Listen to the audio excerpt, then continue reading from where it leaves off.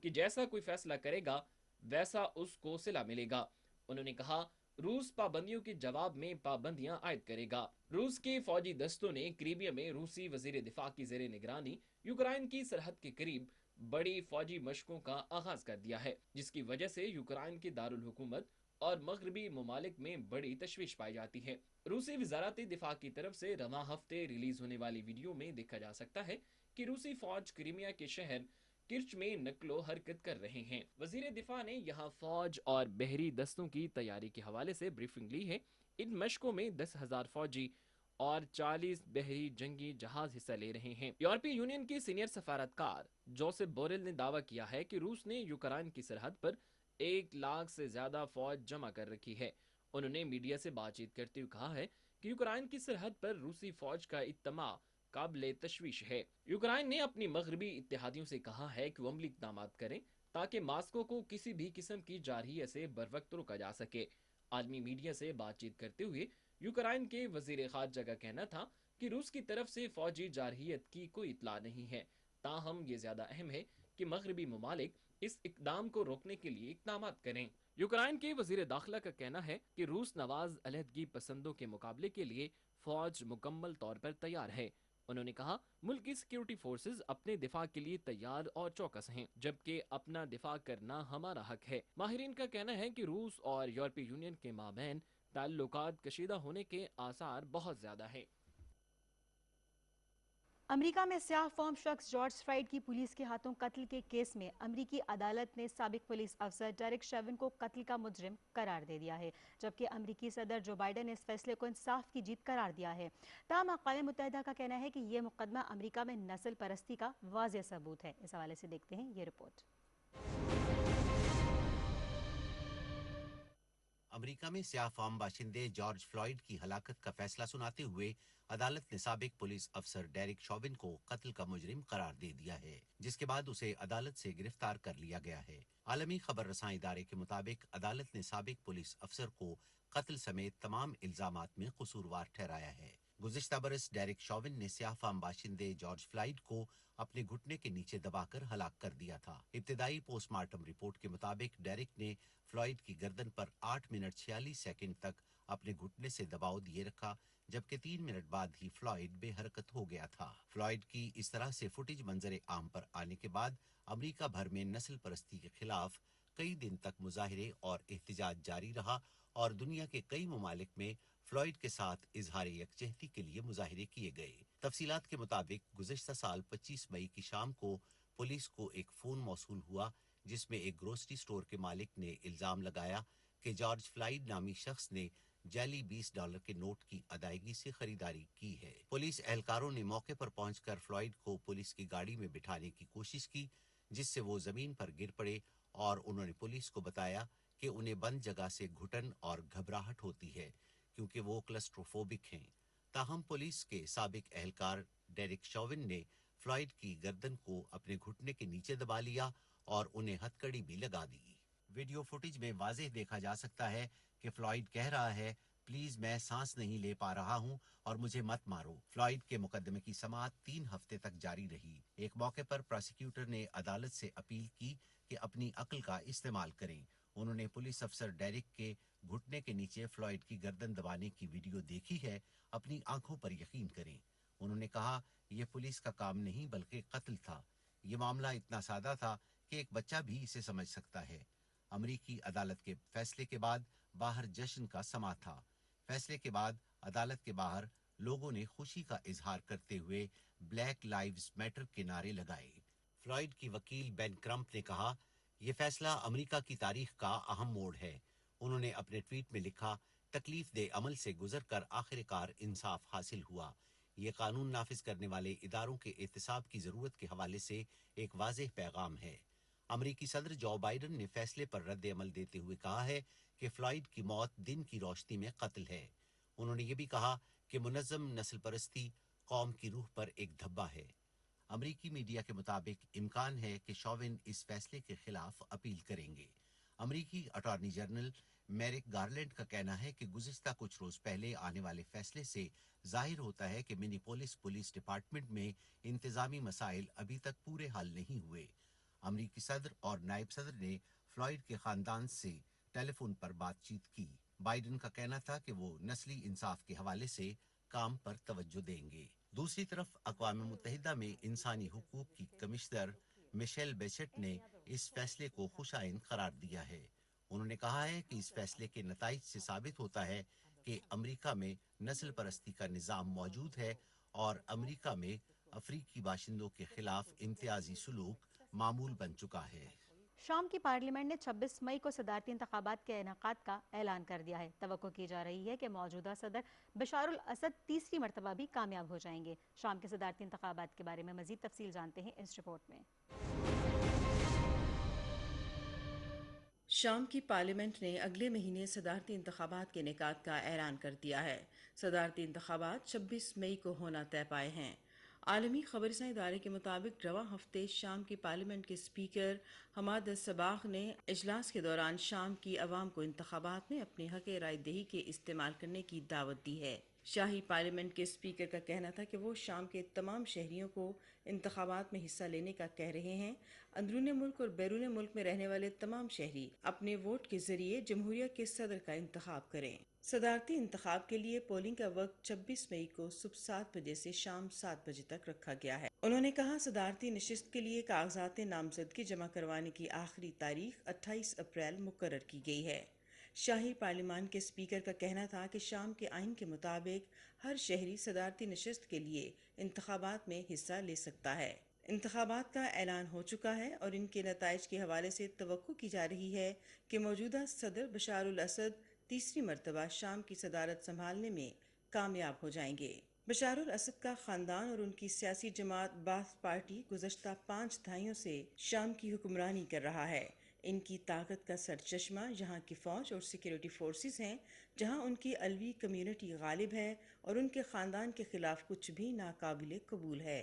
2011 میں یہاں جمہوریت پسند لوگوں کے احتجاج کے خلاف ہونے والے کریک ڈاؤن کے نتیجے میں شروع ہونے والی خانہ جنگی نے شام کو تباہی کے دہانے پر لا کھڑا کیا ہے۔ شام میں انتخابات کے اصول اور شرائط میں لکھا ہے کہ امیدوار گزشتہ 10 سال سے شام میں مقیم ہو۔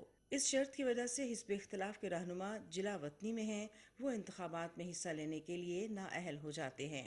کاغذات نامزدگی جمع کروانے کے لیے 10 دن کا وقت دیا گیا ہے اور بیرون ملک رہنے والے شامی باشندے 20 مئی کو ووٹ دیں گے۔ بشار الاسد نے 2014 میں 2 حریفوں کا سامنا کیا اور انہیں بری شکست دی، جبکہ حزب اختلاف نے ان انتخابات کو مزاحیہ کہتے ہوئے مسترد کر دیا تھا۔ شام میں حزب اختلاف، مغربی رہنما اور دیگر ممالک نے بشار الاسد سے مطالبہ کیا ہے کہ وہ اقتدار سے علیحدہ ہو جائیں اور جمہوری انداز میں اقتدار کی منتقلی کے لیے راہیں ہموار کریں۔ بشار الاسد 2000 سے شام کے صدر ہیں۔ وہ اپنے والد حافظ الاسد کی وفات کے بعد سے اقتدار میں ہیں۔ خانہ جنگی سے لاکھوں لوگ لقمہ اجل بن چکے ہیں اور بڑی تعداد میں گھر چھوڑ کر پناہ گزینوں کی زندگی گزارنے پر مجبور ہیں۔ اور اب کرونا عالمی منظرنامہ۔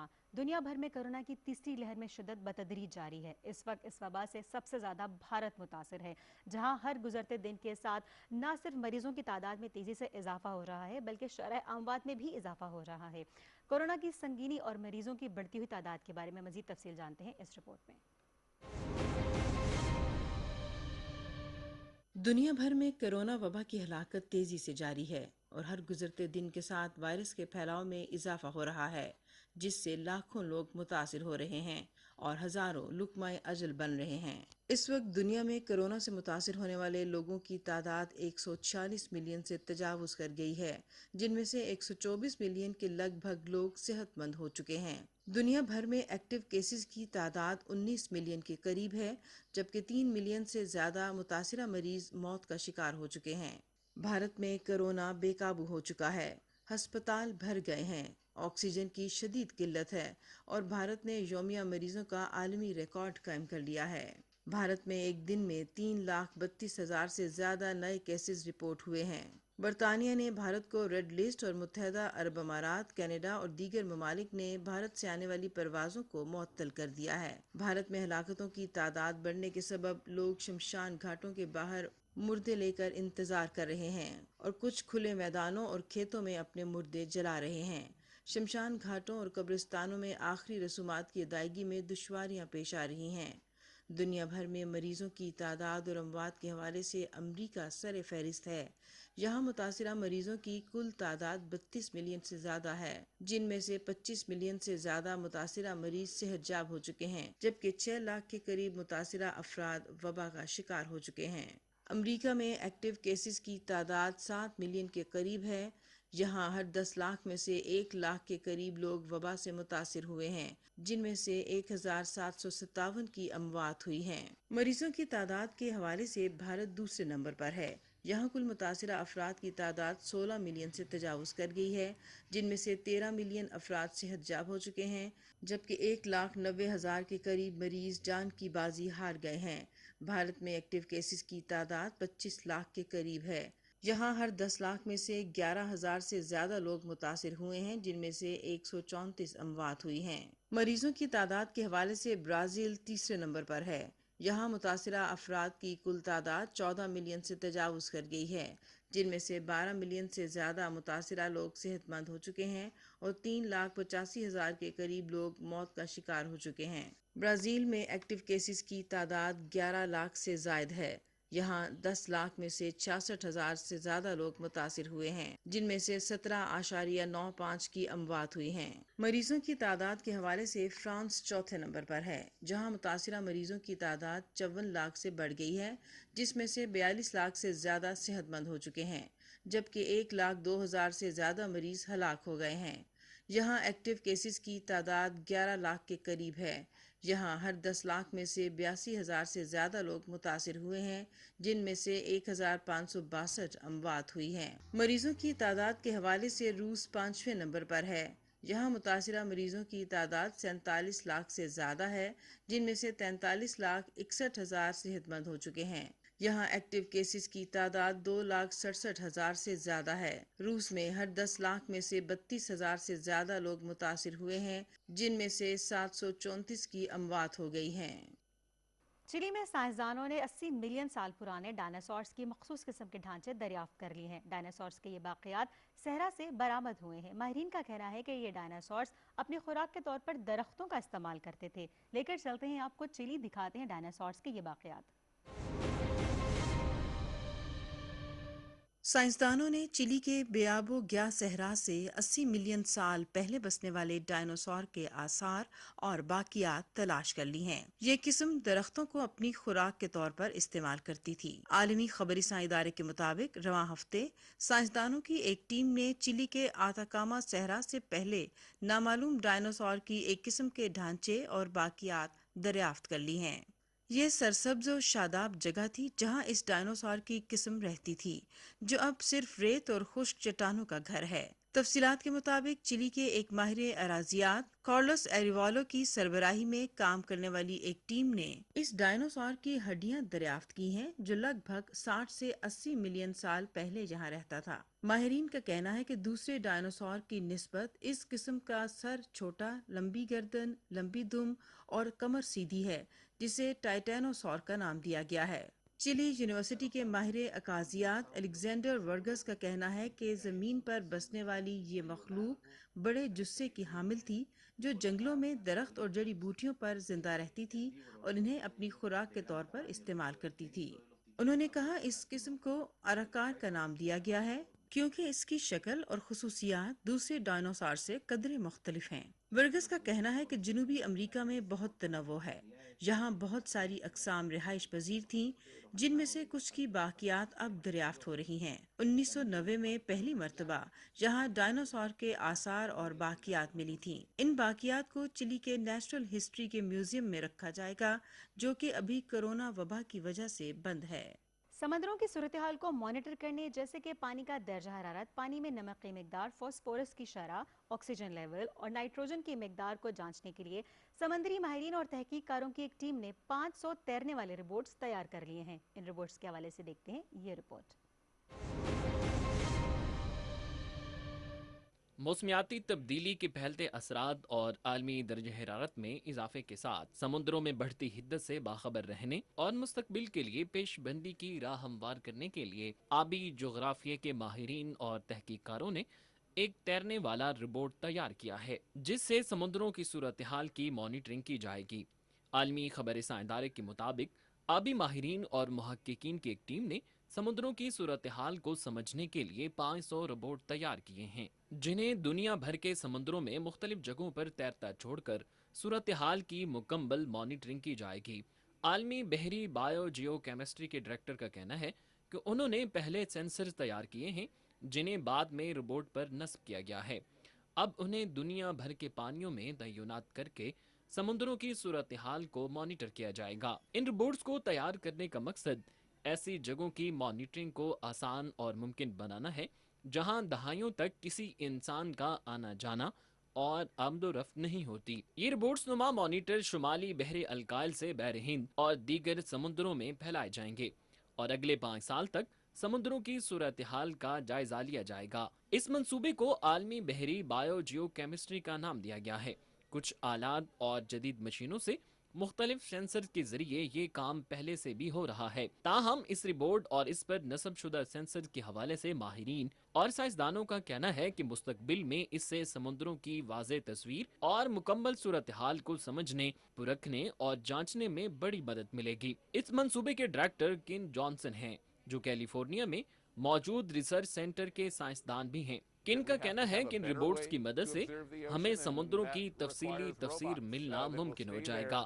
انہوں نے کہا، کوئی بھی طالب علم کسی بحری جہاز پر سال کا وقت گزارنے کے لیے تیار نہیں ہوگا اور کسی چیز کو جاننے کے لیے وہاں موجود ہونا ضروری ہے۔ پھر بحری جہاز کے اخراجات بھی مسئلہ ہیں، اس لیے رپورٹ کا استعمال ان تمام مسائل کا واحد حل ہے۔ یہ رپورٹ نما مانیٹر سمندروں میں بڑھتے درجہ حرارت سمیت فاسفورس کی شرح، نائٹریٹ کی مقدار، آکسیجن، پانی میں نمک کی اوسط اور دباؤ کو پیمائش کرنے کی صلاحیت رکھتے ہیں۔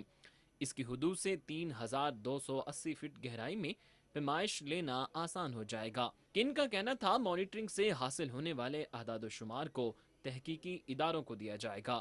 ایک سینئر ماہر تعلیم اور تحقیق کار جارج کا کہنا ہے کہ ان رپورٹ سے حاصل ہونے والے ڈیٹا سے ہمیں مزید سیکھنے اور سمجھنے کا موقع ملے گا۔ ملکہ برطانیہ کے شوہر شہزادہ فلپ کی 99 برس کی عمر میں انتقال کے بعد ان کی آخری رسومات پچھلے ہفتے ادا کر دی گئی ہیں۔ عالمی وبا کے باعث آخری رسومات میں صرف 30 لوگ شریک ہو سکے ہیں۔ شہزادہ فلپ کی آخری رسومات کی جھلکیاں دیکھتے ہیں اس رپورٹ میں۔ برطانیہ کی ملکہ الزبتھ کے شوہر شہزادہ فلپ 99 سال کی عمر میں انتقال کر گئے ہیں۔ ان کی آخری رسومات ادا کر دی گئی ہیں۔ آخری رسومات میں عالمی وبا کے باعث صرف 30 لوگوں کو شرکت کی اجازت دی گئی ہے اور ان رسومات کے دوران وبا سے متعلق احتیاطی تدابیر کا مکمل خیال رکھا گیا ہے۔ ملکہ الزبتھ دوم نے اپنے شوہر شہزادہ فلپ ڈیوک آف ایڈنبرا کی آخری رسومات میں اپنے خاندان اور قوم کی رہنمائی کی۔ پرنس فلپ کے تابوت کے پیچھے ان کے خاندان کے چند افراد بشمول ان کے 4 بچے اور ان کے پوتے شہزادہ ولیم اور شہزادہ ہیری چلتے رہے۔ شاہی خاندان کا فوجی دستہ پرنس فلپ کی آخری رسومات کے موقع پر ونڈسر کاسل کے باہر موجود رہا، جس کو دیکھنے کے لیے بہت سے لوگ جمع ہو گئے۔ ملکہ برطانیہ نے اپنے 73 سال تک رفیق حیات ڈیوک آف ایڈنبرا کی آخری رسومات کے موقع پر چرچ کوائر میں تنہا بیٹھ کر مثال قائم کی۔ وبا کے باعث سماجی فاصلے کی پابندی کرتے ہوئے ملکہ نے تنہا بیٹھنے کو ترجیح دی۔ ہزاروں سوگواروں نے خاموشی اختیار کر کے شہزادہ فلپ کو خراج عقیدت پیش کیا۔ انہیں ونڈسر کاسل کے شاہی خاندان کے قبرستان میں سپرد خاک کیا گیا۔ آن جہانی شہزادہ فلپ اور ملکہ الزبتھ دوم کی شادی 1947 میں ہوئی۔ شہزادہ فلپ بیماری اور عمر کی زیادتی کے باعث اگست 2017 میں شاہی ذمہ داریوں سے دستبردار ہو گئے تھے اور انہیں آخری بار جولائی 2020 میں کسی عوامی تقریب میں دیکھا گیا تھا۔ شہزادہ فلپ 1921 میں یونان اور ڈنمارک کے شہزادہ اینڈریو اور بیٹنبرگ کی شہزادی ایلس کے ہاں پیدا ہوئے، تاہم ابھی وہ شیرخوار ہی تھے کہ ان کے خاندان کو ملک بدر کر دیا گیا۔ فرانس اور جرمنی میں تعلیم کے حصول کے بعد شہزادہ فلپ نے 1939 میں برٹش رائل نیوی جوائن کی اور 1947 میں ملکہ سے شادی ہونے سے پہلے انہوں نے یونان اور ڈنمارک کی شاہی ذمہ داریاں چھوڑ دی تھیں اور پھر ان کے لیے ڈیوک آف ایڈنبرا کا عہدہ تخلیق کیا گیا۔ یہ برطانیہ کی تاریخ کا سب سے زیادہ دیر تک قائم رہنے والا شاہی جوڑا تھا۔ ملکہ سے ان کی شادی کو 74 سال بیت چکے ہیں۔ اس عرصے میں شہزادہ فلپ نے برطانیہ کے تخت کو جدید بنیادوں پر استوار کرنے اور شاہی خاندان کو بحران سے نکالنے میں ہمیشہ ملکہ الزبتھ دوم کا ساتھ دیا۔ صدر مملکت ڈاکٹر عارف علوی نے اپنے تعزیتی پیغام میں کہا کہ شہزادہ فلپ کی موت سے پاکستان ایک مخلص دوست سے محروم ہو گیا ہے۔ دکھ کی اس گھڑی میں ہماری نیک تمنائیں اور دعائیں شاہی خاندان اور برطانوی عوام کے ساتھ ہیں۔ وزیر اعظم عمران خان نے اپنے ٹویٹ میں لکھا کہ ڈیوک آف ایڈنبرا شہزادہ فلپ کے انتقال پر تعزیت کا اظہار کرتا ہوں۔ برطانیہ ایک ایسے بزرگ سے محروم ہو گیا ہے جو غیر معمولی طور پر عوامی خدمات سے سرشار روح کے حامل تھے۔ انہوں نے کہا کہ پاکستان اور برطانیہ کے مابین تعلقات کے فروغ کے حوالے سے ان کی خدمات ہمیشہ یاد رکھی جائیں گی۔ برطانوی وزیر اعظم بورس جانسن نے شہزادہ فلپ کی وفات پر اظہار افسوس کرتے ہوئے کہا ہے کہ شہزادہ فلپ نوجوانوں کے لیے ایک مثال تھے۔ انہوں نے شاہی خاندان اور سلطنت چلانے میں مدد کی۔ شہزادہ فلپ کی آخری رسومات میں شاہی خاندان کا کوئی بھی فرد روایات کے مطابق فوجی یونیفارم میں شریک نہیں ہوا۔ عالمی میڈیا کے مطابق شہزادہ ہیری کی وجہ سے ملکہ برطانیہ نے اہم فیصلہ کیا کہ شاہی گھرانے کے تمام افراد یونیفارم کی روایت کے برخلاف سوگ کا لباس پہنیں گے۔ ملکہ کا کہنا تھا کہ ایک جیسا لباس پہن کر تمام افراد کے متحد ہونے کا پیغام دیا جائے گا۔ شہزادہ فلپ کی آخری رسومات شاہی اعزاز کے ساتھ ونسر کاسل کے سینٹ جارج چیپل میں ادا کی گئیں۔ پوری برطانوی قوم نے 1 منٹ کی خاموشی اختیار کی اور آخری رسومات کی تقریب کو برطانیہ بھر میں نشر کیا گیا۔ شہزادہ فلپ کے بعد ڈیوک آف ایڈنبرا کا لقب ان کے سب سے چھوٹے بیٹے شہزادہ ایڈورڈ کو منتقل ہوگا، لیکن یہ اس وقت ممکن ہو سکے گا جب ملکہ برطانیہ اپنا تخت شہزادہ چارلز کو منتقل کر دیں۔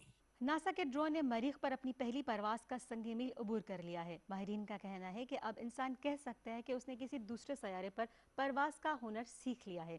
مریخ کو انسان کے ہاتھوں تسخیر ہونے کے حوالے سے دیکھتے ہیں یہ رپورٹ۔ ناسا کے چھوٹے سے ڈرون نما ہیلی کاپٹر کی مریخ پر پہلی پرواز سے انسان نے زمین سے کسی دوسرے سیارے پر اڑان کی تاریخی منزل طے کر لی ہے۔ عالمی خبرساں ادارے کے مطابق ناسا کے چھوٹے روبوٹ ہیلی کاپٹر انجینوٹی نے مریخ کی سطح پر اپنی پہلی تاریخی پرواز کامیاب انداز میں مکمل کر لی ہے۔ پہلی اڑان کے دوران اس چھوٹے سے ہیلی کاپٹر نے کامیابی سے پرواز اور لینڈنگ کا مظاہرہ کیا۔ ناسا کا کہنا ہے کہ انہوں نے زمین سے کسی دوسرے سیارے پر ایئر کرافٹ اڑانے کی مہارت حاصل کر لی ہے۔ ناسا نے اس کامیابی کو 21ویں صدی میں رائٹ بردرز کا لمحہ قرار دیا ہے اور امید کا اظہار کیا ہے کہ اس کامیابی سے مریخ سمیت نظام شمسی کے دوسرے سیاروں پر کھوج لگانے اور انہیں جاننے سمجھنے کے لیے راہیں ہموار ہوں گی۔ اب انسان وینس اور سیٹرن کی منازل طے کرے گا۔ ناسا کی جیٹ پروپلشن لیبارٹری JPL میں جاری اس منصوبے کی مینیجر اونگ میمی کا کہنا ہے کہ اب انسان کسی دوسرے سیارے پر اڑان کے لائق ہو گیا ہے۔